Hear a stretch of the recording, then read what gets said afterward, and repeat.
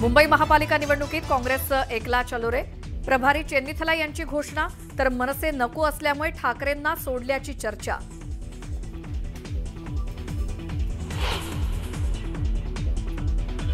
अजित पवारांनी अमित शहांची भेट घेतल्यानंतर चर्चांना उधाण. राज्यातील मुद्द्यांवरती चर्चा झाली असावी, फडणवीसांचं वक्तव्य.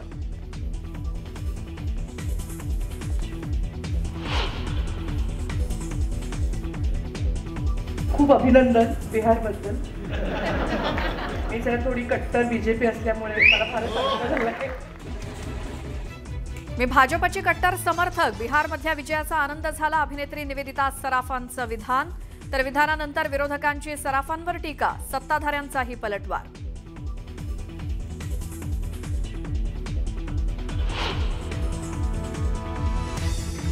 सरकारी तिजोरीतून महिलांना 10,000 रुपये देणं कितपत योग्य? बिहारच्या निकालावरती शरद पवारांचं भाष्य. विरोधकांनी आत्मपरीक्षण करावं, फडणवीसांचा पलटवार.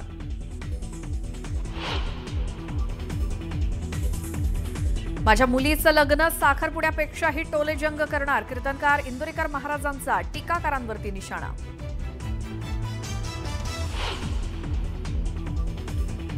संगमनेरमध्ये वाहनात सापडले 1 कोटी रुपये. निवडणूक आयोग पथकानं 1 कोटींची रोकड केली जप्त. ही रक्कम कुणाची आणि कशासाठी याचा तपास सुरू.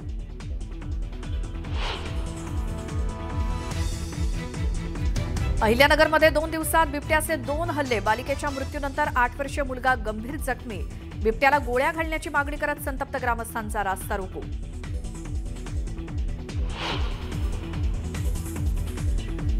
शाळेत उशिरा आल्यामुळे शिक्षिकेकडनं उठाबशा काढण्याची शिक्षा. 100 उठाबशा काढल्यामुळे बालदिनीच विद्यार्थिनीचा मृत्यू. वसईत घडलेल्या घटनेमुळे खळबळ.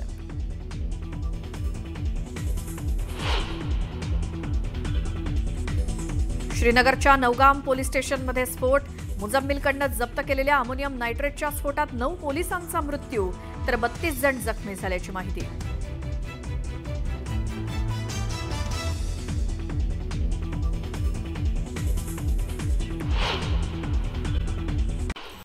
नाशिकमध्ये धुमाकूळ घातलेल्या बिबट्याचा थरारक सीसीटीव्ही व्हिडिओ समोर आलाय. बिबट्याला रेस्क्यू करत असतानाची दृश्य आणि नागरिकांची धावपळ या सीसीटीव्ही कॅमेऱ्यामध्ये कैद झाली. कल्याण नगर महामार्गावरती ओतूर या ठिकाणी बिबट्याची दहशत पाहायला मिळते. रस्त्याच्या कडेला दबा धरून बसलेल्या बिबट्याने वाहनावरती झडप मारण्याचा प्रयत्न केला. ही संपूर्ण घटना सीसीटीव्हीत कैद झाली. न्यूज 18 लोकमतच्या बातमीमुळे बुलढाण्यातील खामगाव तहसील कार्यालयाचे नायब तहसीलदार निखिल पाटलांवरती उपविभागीय अधिकारी रामेश्वर पुरींनी कारवाई केली.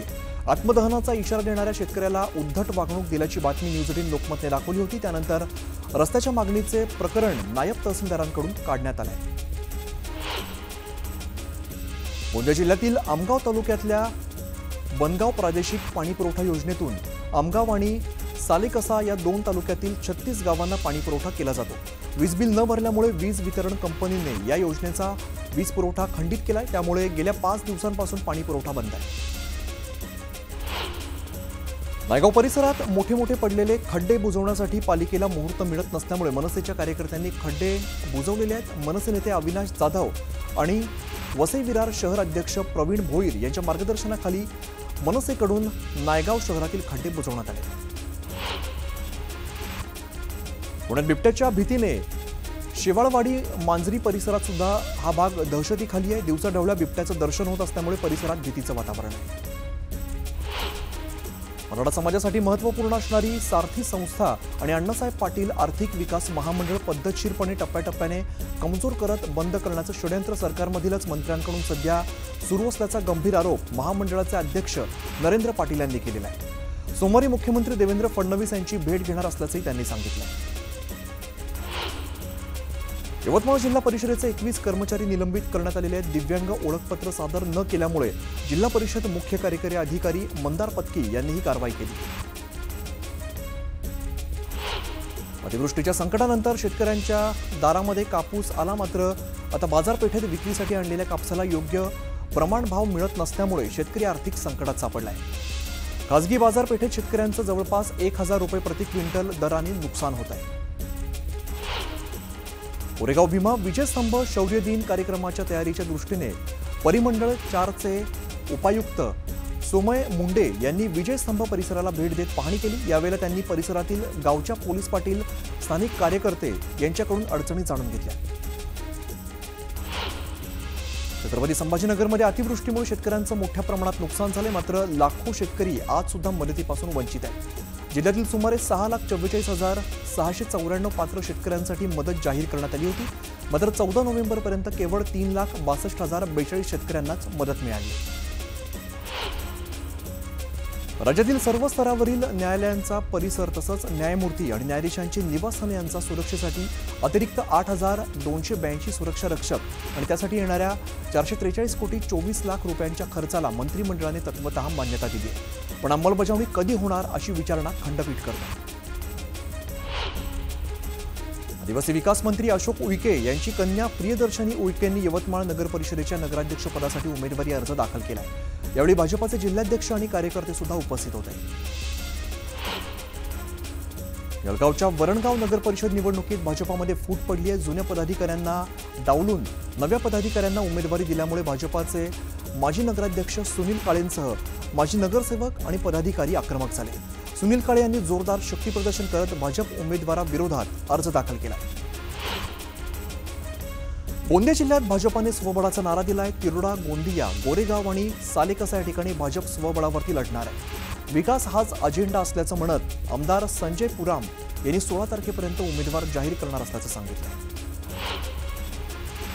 यवल नगर परिषदेच्या नगराध्यक्षपदासाठी महाविकास आघाडीकडून छाया पाटील यांनी अर्ज दाखल केलाय। यावेळी शहरातून भव्य रॅली काढत जोरदार शक्तीप्रदर्शन करण्यात आलंय। नागपूरमधील बाळापूरचे माजी आमदार बळीराम शिरस्करांनी भाजपाचे प्रदेशाध्यक्ष रवींद्र चव्हाणांच्या उपस्थितीत आज भाजपात प्रवेश केलाय। नागपूरमधल्या आमदार निवासामध्ये पक्षप्रवेश सोहळा पार पडला। औंध लोकसभेचे शिवसेना खासदार आणि श्रीरंग बारणेंनी आगामी पिंपरी चिंचवड महापालिका निवडणुकीच्या सर्व जागा भ्रष्टाचाराच्या मुद्द्यावरती लढवल्या जातील असं म्हटलंय। बाणेरच्या विधानामुळे त्यांनी अप्रत्यक्षपणे भाजपाला आव्हान दिल्याची चर्चा राजकीय वर्तुळात सुरू आहे।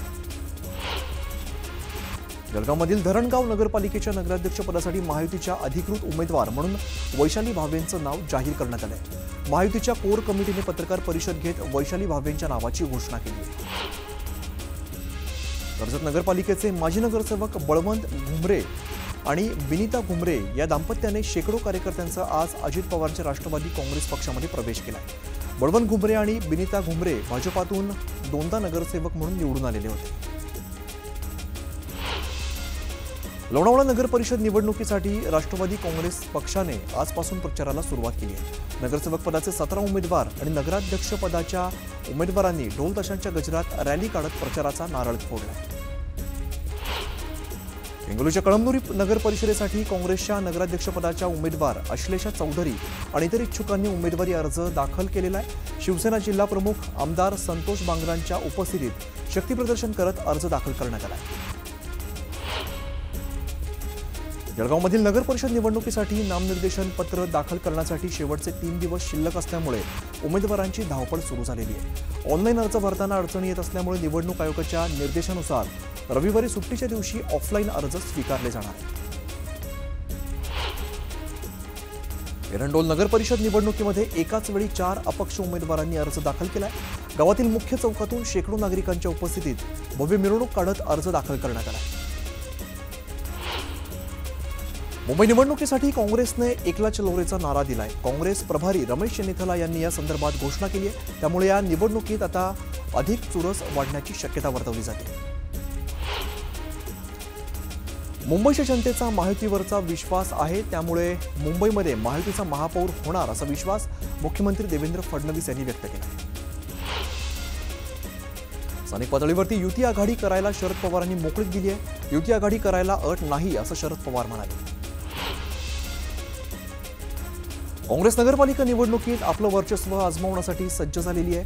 काँग्रेसच्या राज्य उपाध्यक्ष राणीताई अग्रवाल यांच्या उपस्थितीमध्ये अलिबागमध्ये एबी फॉर्मचं वाटप करण्यात आलं। बदलापूर शहरात ऐन निवडणुकीच्या धामधुमीमध्ये काँग्रेस पर्यायाने महाविकास आघाडीला मोठा धक्का बसलेला आहे। महाविकास आघाडीतील शिवसेना उद्धव ठाकरे गटाच्या मनमानी कारभाराला वैतागून बदलापूर काँग्रेस अध्यक्ष संजय जाधव यांनी तडकाफडकी राजीनामा दिला।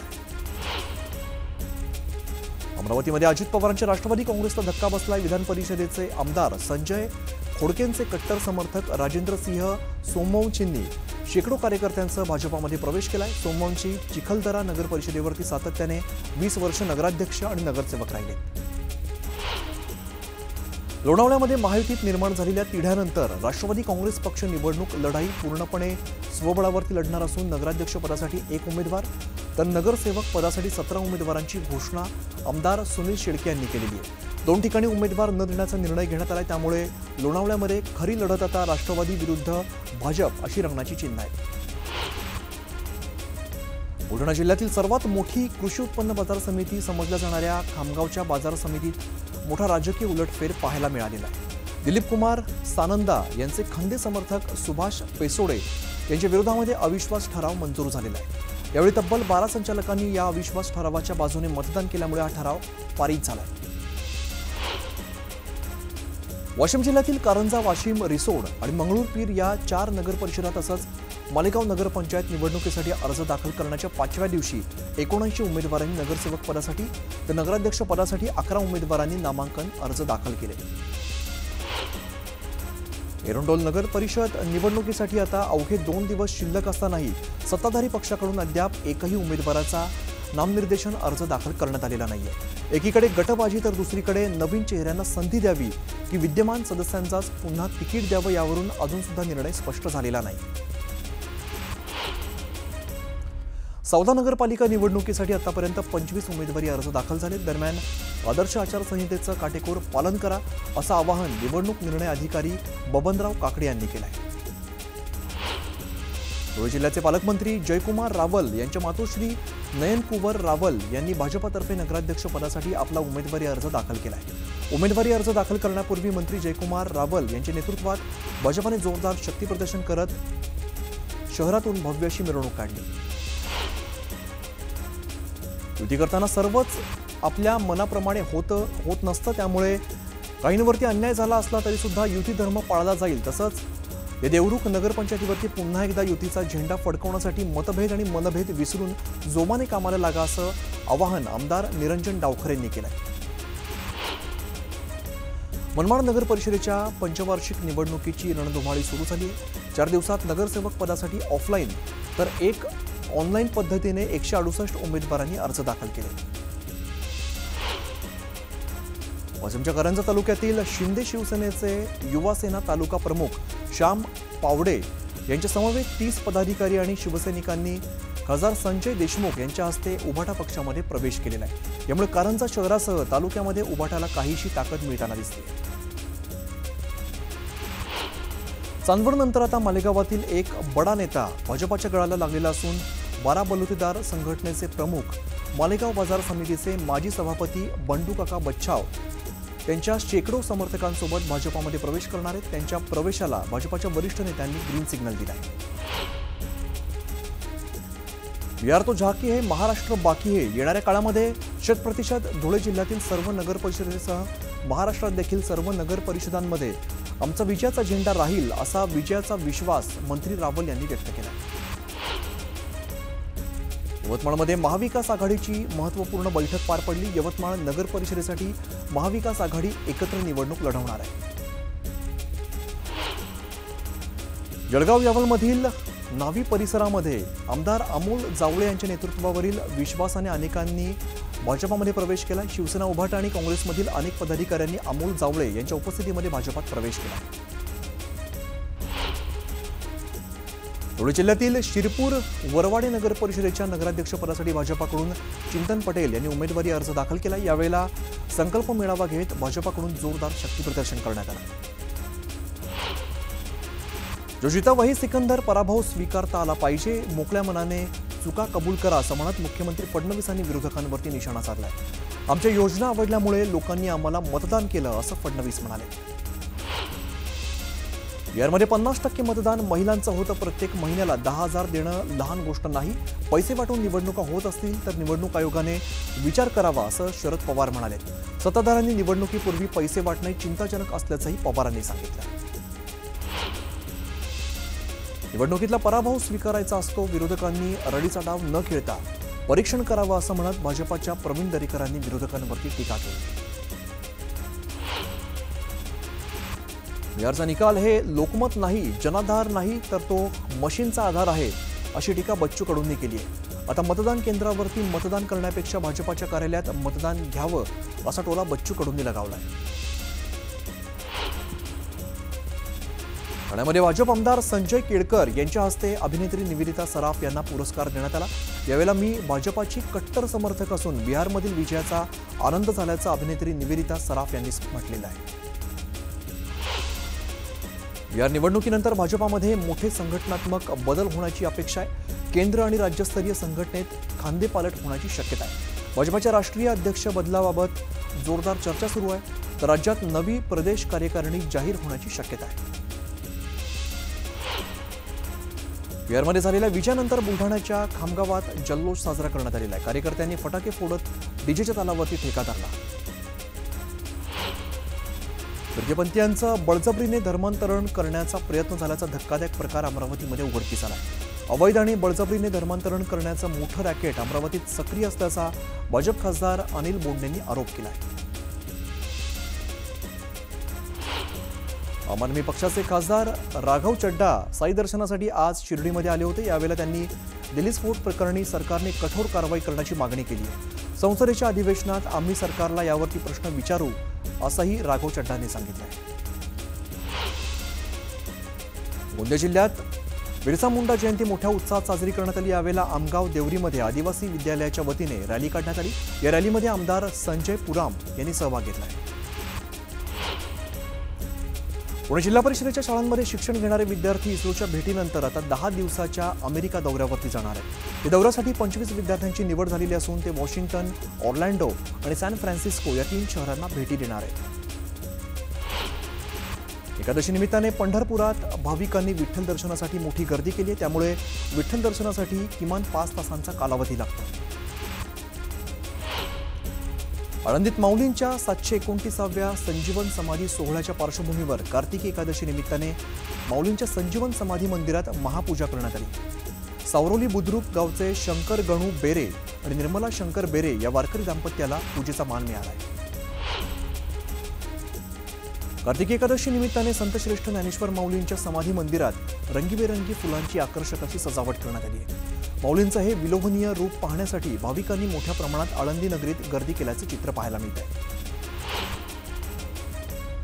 आळंदीची कार्तिकी यात्रा आणि उत्पत्ती एकादशी निमित्ताने ग्रामीण भागातील शालेय विद्यार्थ्यांना प्रेरणा देण्यासाठी श्री ज्ञानेश्वर विद्यानिकेतन आजवली या शाळेमध्ये पायी पालखी सोहळा सादर करण्यात आला. या सोहळ्यामध्ये भजन आणि कीर्तन, पांडुरंगाचं नामस्मरण करत गावातून पायी दिंडी काढण्यात आली. कार्तिकी वारी निमित्ताने श्री क्षेत्र देहू या ठिकाणी संत तुकाराम महाराजांच्या दर्शनासाठी भाविकांनी मोठी गर्दी केली आहे. पहाटेपासूनच देवस्थान परिसरामध्ये भक्तांच्या रांगा लागल्यात. संपूर्ण देहू नगरी भक्तिमय वातावरणात न्हाऊन निघाली.